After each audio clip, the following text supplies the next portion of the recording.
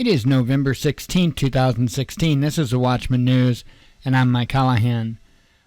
We have seen a onslaught of different laws and ordinances and everything like that going against homeless individuals, the people that need help the most. I understand that with homelessness, it also you deal with a lot of drug addiction, a lot of alcoholism, in some cases violence and stuff like that. It's kind of, unfortunately, it's kind of par for the course. And I'm not making excuses for homeless people or anything like that. But you have to admit that's a pretty rough life to have to live. You got all kinds of people that they go to work all week. They bust their butt. They deal with a lot of stress. They get home, and first thing they want to do is pop a beer to relax, right? And typically it's those people that want to go after the homeless or the underprivileged. Anyway, the only reason why I mentioned that is because where I got this from, I see comment about K2 and stuff like that. So I have a feeling it's going to be in the article. I haven't read it yet. Downtown property owners sue Reverend Larry Rice, saying his homeless shelter is a nuisance.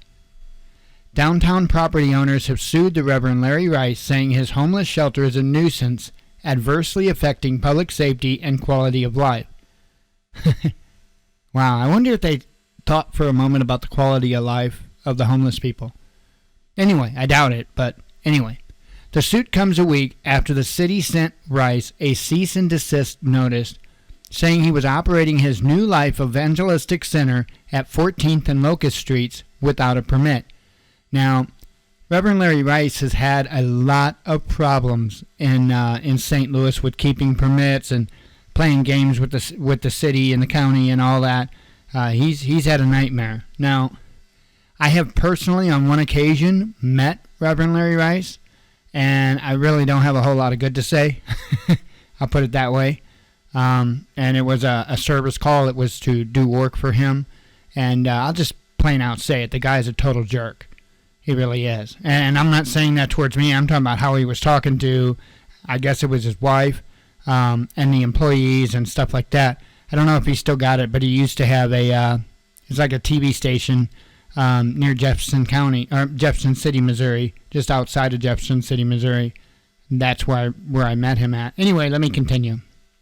NLEC purposefully attempts to attract the greatest possible number of high acuity homeless men to the facility and generate the maximization of the nuisance caused in the community as a core business practice, reads the suit filed this week in St. Louis Circuit Court by attorney Elkin L. Kistner. Now, why would anybody do that? I don't understand what his motive would be behind that. The plaintiffs are owners of parking lots and buildings near Rice's shelter. So, wow.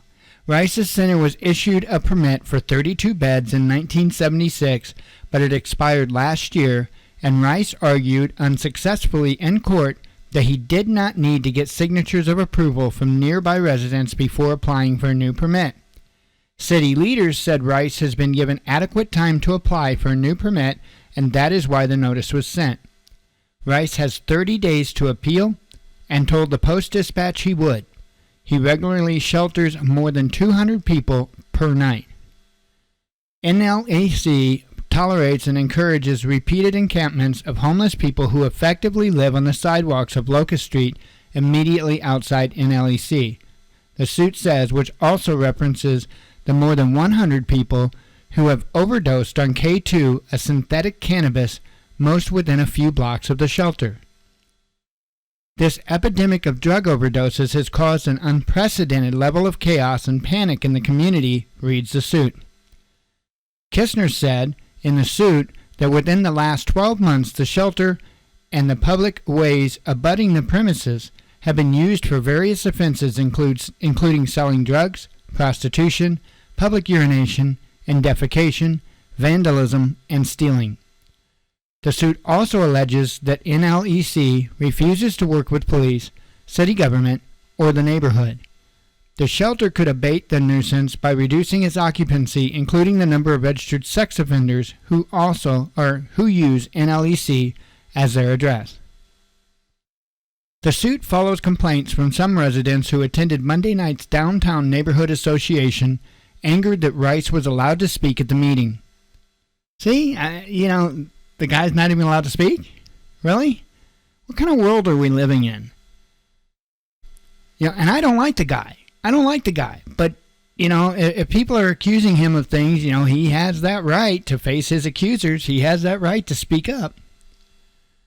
How shameful that the DNA gave Mr. Rice, notice I do not use Reverend, a bully pulpit from whence to elaborate on how wonderful he is and blame others for the crime and repulsive behavior swirling around NLEC, downtown resident Laura Griffin wrote in an email to Human Services Director Eddie Roth following the meeting.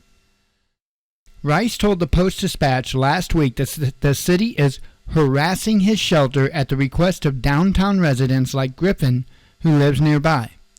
On Wednesday, Rice said the lawsuit was frivolous and there is a basis for a countersuit.